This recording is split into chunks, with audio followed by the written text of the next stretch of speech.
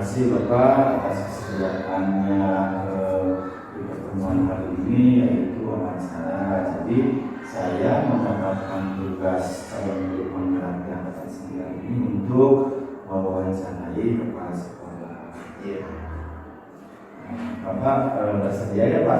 Siap, bersedia untuk pelajaran bersama. Iya, terima kasih Bapak. Untuk yang pertanyaan pertama Bapak, selama ini bagaimana Bapak dapat mengidentifikasi kasus-kasus yang merupakan dilema etika atau rujukan moral? Selama saya memimpin di sekolah ini, cara dalam menangani kasus terlebih dahulu mengidentifikasi dan mencari tahu nilai-nilai atau kebijakan apa yang dapat dalam tersebut agar saya dapat menangani kasus ini merupakan dilema etika atau rujukan moral. Jadi ketika ada kasus itu berarti secara tidak langsung itu menganalisis dulu apakah sih masalahnya apakah kasus ini masuk ke dilema etika atau rujukan moral. Berarti menganalisis ya Pak. Pertanyaan yang keduanya Pak, selama ini bagaimana Bapak menjalankan pengambilan keputusan di sekolah, terutama untuk kasus-kasus di mana ada dua kepentingan yang sama-sama benar atau sama-sama mengandung nilai kebajikan? Apabila terjadi kasus-kasus yang mengandung dua kepentingan yang sama-sama benar, cara yang diambil oleh saya adalah akan mempertimbangkan efek yang ada didapat setelah pengambilan keputusan, dan keputusan yang diambil tidak boleh merugikan yang lain. Itu yang bisa lakukan. Ya, jadi mempertimbangkan dulu apa yang akan dilakukan dan membuat keputusannya tidak boleh merugikan. Tidak boleh pertimbangan. Tidak, ya sama-sama tidak merugikan. Tidak ada yang merugikan. Selanjutnya Pak, langkah-langkah atau prosedur apa yang bisa Bapak lakukan selama ini? Langkah-langkahnya yang diambil oleh saya sebagai kepala sekolah dalam memutuskan suatu masalah atau kasus adalah menganalisis terlebih dahulu kasus yang dihadapi, mencari tahu pokok permasalahan kasus tersebut. Setelah itu berdiskusi dengan para wakasek dan para guru untuk mendengarkan masukan-masukan agar keputusan yang diambil berdampak baik bagi semuanya. Jadi tidak asal berbicara sendiri, tapi harus berbicara dengan yang karena di sekolah itu yang berkepentingan. Barangkali masukannya kan ada membantu pemikiran saya. Jadi tidak langsung diputuskan. Saya tidak bisa. Jadi selalu harus ada masukan yang Bapak saya lah guru yang mengerti permasalahan ini.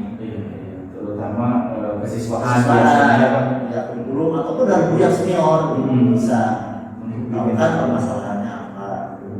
Jadi Bapak selama baik itu ketika itu identifikasi masalah dulu, lalu ketika mau mengambil keputusan itu mendengarkan dari para dosen, para guru, senior, ataupun juga yang di bawah itu bisa jadi ada pengalaman yang tersendiri. Pertanyaan selanjutnya, hal-hal apa saja yang selama ini Bapak anggap efektif dalam pengambilan keputusan pada kasus-kasus dilema etika, Pak? Adapun hal yang efektif dalam pengambilan keputusan adalah seperti tadi, itu akan terlebih dahulu mendiskusikan dengan pihak-pihak yang bersangkutan, kemudian mengambil keputusan setelah mempertimbangkan pendapat dari yang lainnya.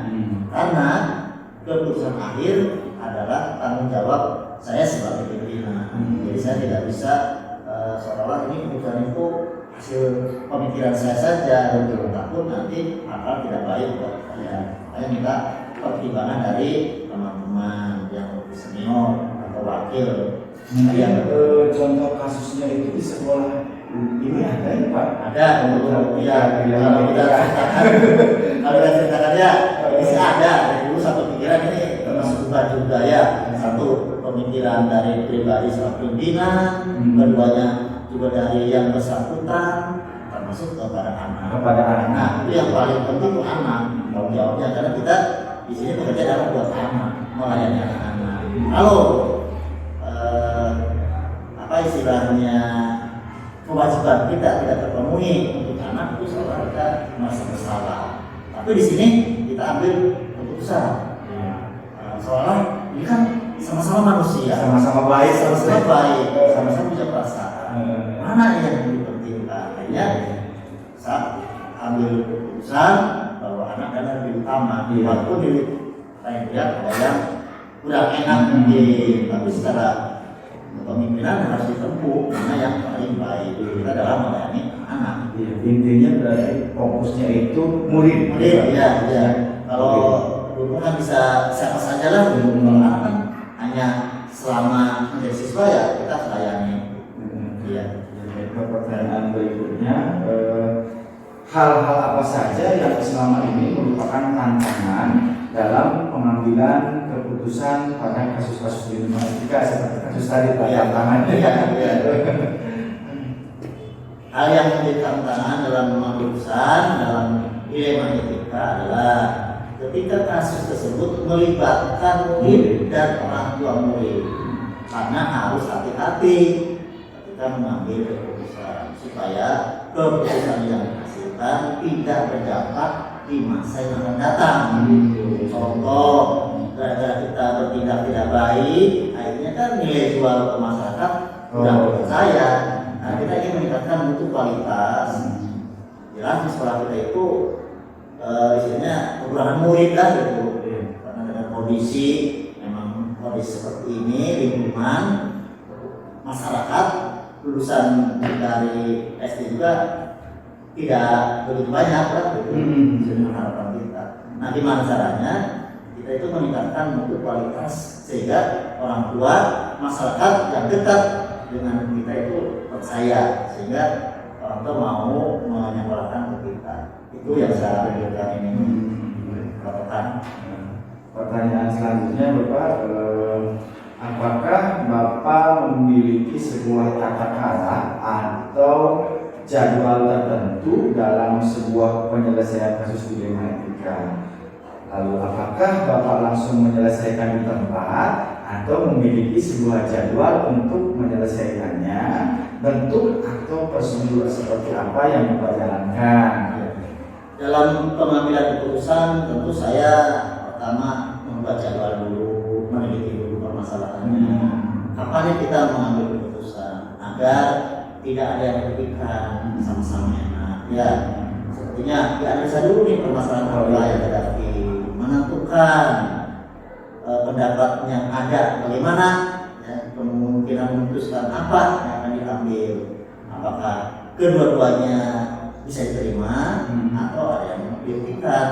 Tapi saya berpatokan tetap kepada unsur pelayanan kepada masyarakat, khususnya kepada anak-anak. Ya, itu yang diutamakan ketika terjadi kasus atau permasalahan yang ada di sekolah kita. Oke. Pertanyaan selanjutnya Bapak, adakah seseorang atau faktor-faktor apa yang selama ini mempermudah atau membantu Bapak dalam pengambilan keputusan dalam kasus-kasus dilema etika? Ya, tentu adapun orang yang berpengaruh dalam pengambilan keputusan itu adalah pihak-pihak yang bersangkutan dalam kasus tersebut.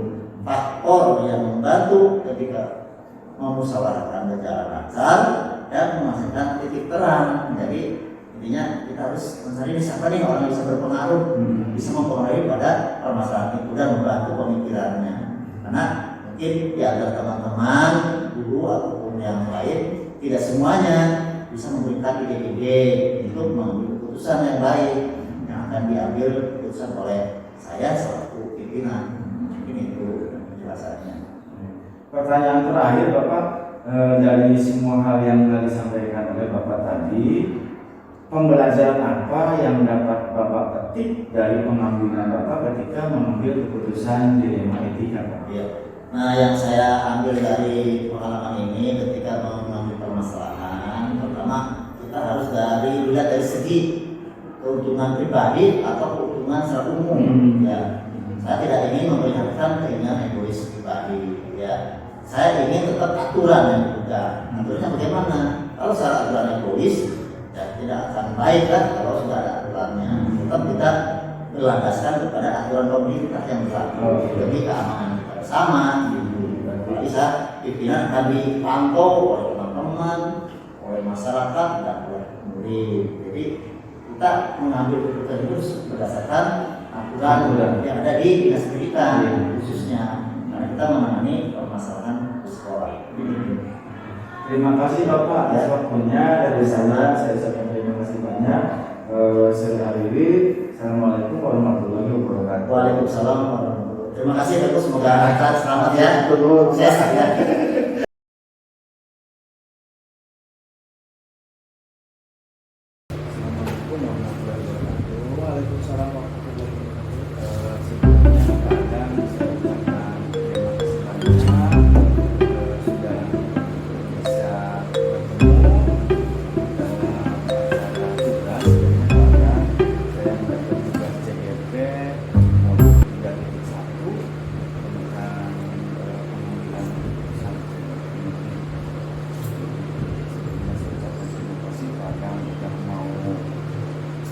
Udah mau lebih kita siapa selagi saya bisa insya Allah saya bisa bantu mengenai tugas dari pemerintah yang pas itu yang lagi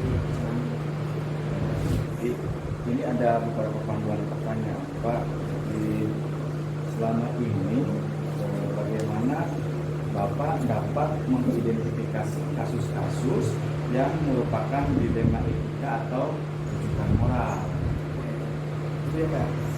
Jadi pengalaman saya Pak, ketika ada muncul kasus yang berhubungan dengan dilema etika atau rujukan moral, biasanya saya mendapatkan informasi dulu Pak, laporan dulu dari biasanya kalau berhubungan dengan siswa itu dari guru wali kelasnya itu. Kemudian kalau yang berhubungan dengan kinerja guru, biasanya saya mendapatkan laporan dari wali murid. Dari sana saya mulai mengidentifikasinya Pak.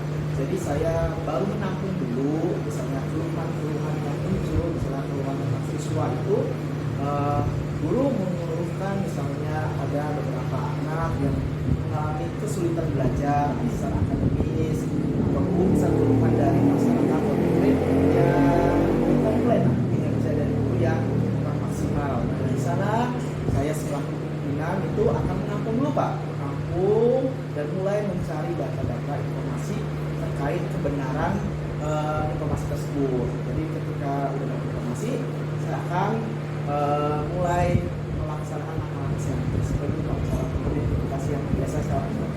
Jadi menampung dulu permasalahannya seperti apa gitu ya Pak. Jadi ada pertanyaan selanjutnya Pak.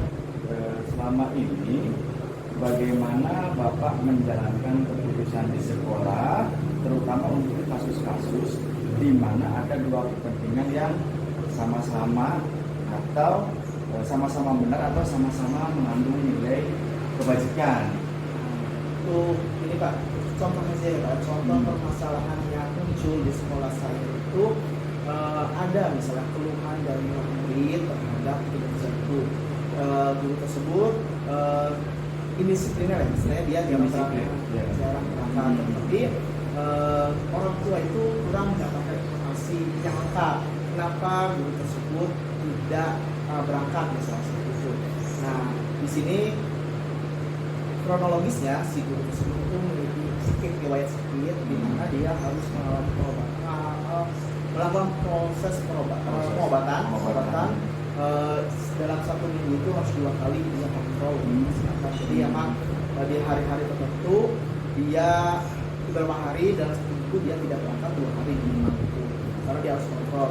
Nah di sini penting adanya komunikasi dan parenting dari pihak sekolah ke wali murid mengenai permasalahan atau kondisi sebenarnya sehingga wali murid mengetahui ditambah sekolah juga harus membuat suatu solusi yang urgen bagaimana menyelesaikan permasalahan tersebut. Jadi contoh yang tadi itu pihak sekolah, dalam hal ini saya selaku pemangku kesehatan, membuat solusi mengambil guru honor untuk menjadi guru pengganti ketika beliau berhalangan hadir seperti itu.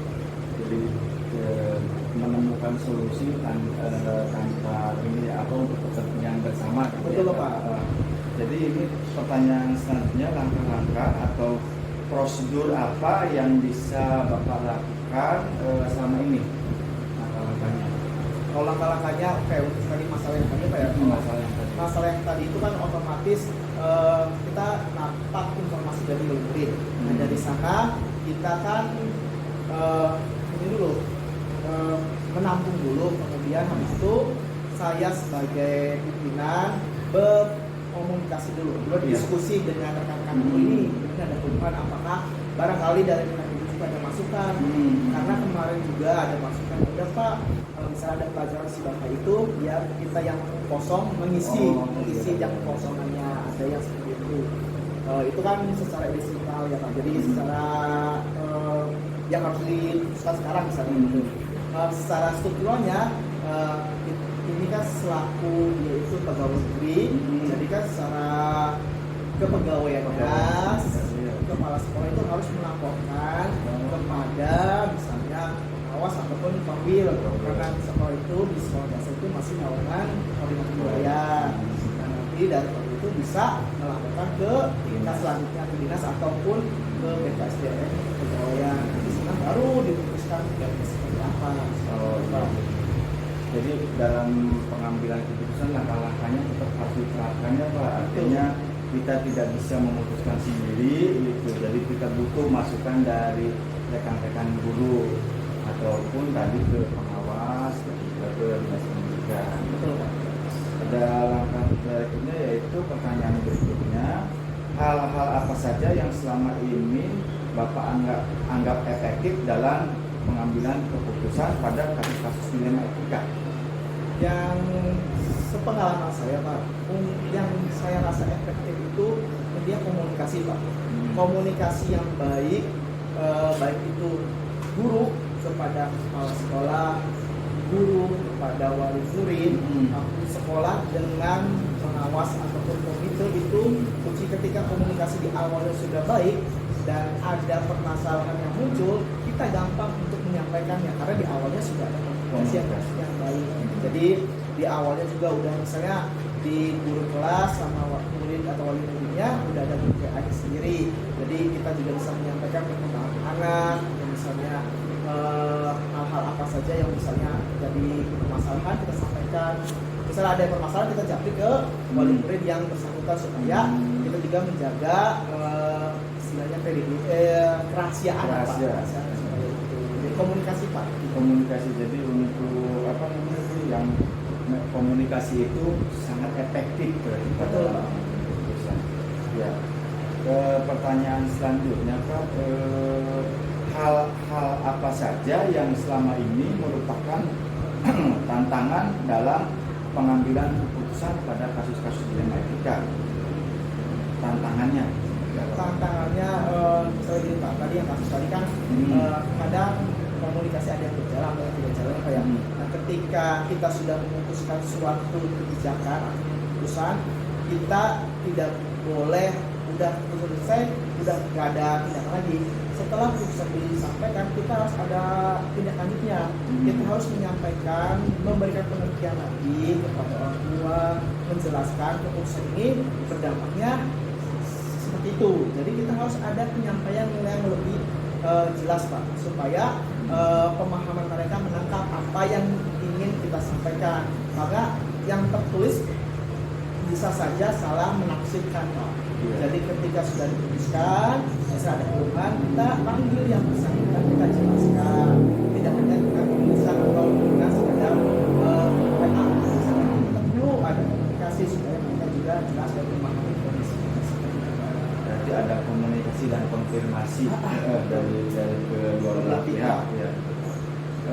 selanjutnya, apakah Bapak memiliki sebuah tata kala atau jadwal tertentu dalam sebuah penyelesaian kasus dilematika? Apakah Bapak langsung menyelesaikan di tempat atau memiliki sebuah jadwal untuk menyelesaikannya? Bentuk atau prosedur seperti apa yang bisa Bapak jelaskan?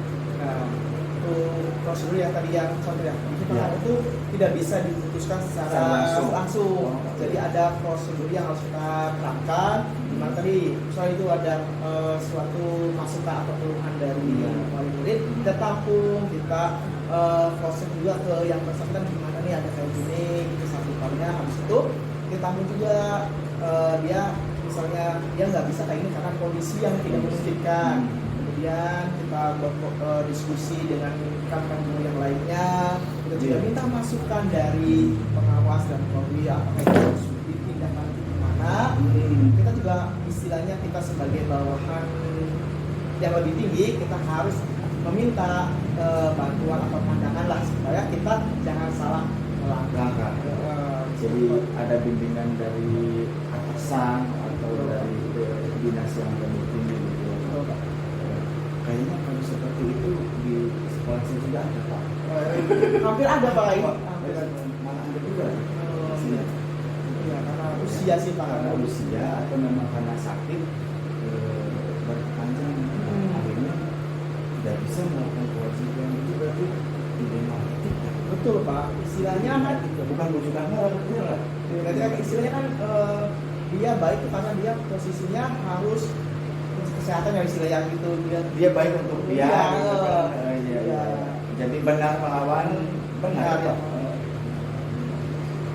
Ya. Pak, pertanyaan selanjutnya, adakah seseorang atau faktor-faktor apa yang selama ini mempermudah atau membantu Bapak dalam pengambilan keputusan dalam kasus-kasus dilematika?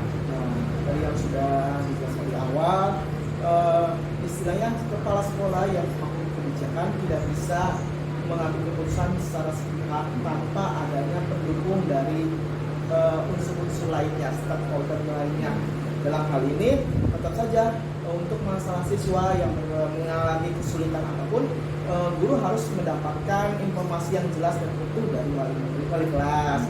Kemudian juga harus meng-cross-check-nya langsung, misalnya benar nggak nih anak mengalami kesulitan itu karena faktor gurunya atau faktor lingkungan di rumahnya juga. Kita juga harus cross-check, aku visit juga ke rumah si anak, ke wali muridnya, konfirmasi apakah si anak itu mendapatkan bimbingan dari orang tua juga. Karena sekolah itu bukan 100% sebagai tempat menggodok anak ya Pak ya. Jadi perlu ada komunikasi, kolaborasi antara sekolah dengan orang tua. Jadi ada saling mengawasi gitu Pak, mengawasi. Jadi peran guru, peran wali murid, tadi pimpinan kita dan pengawas, lalu juga mempengaruhi dari setiap keputusan yang diambil di sekolah.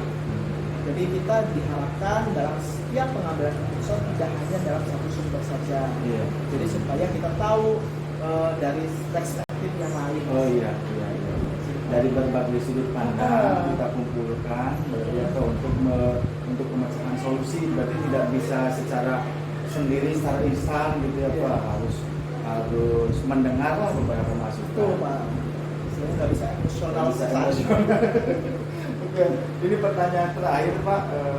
Dari semua hal yang telah disampaikan, pembelajaran apa yang dapat Bapak petik dari pengalaman Bapak mengambil keputusan di dunia etika?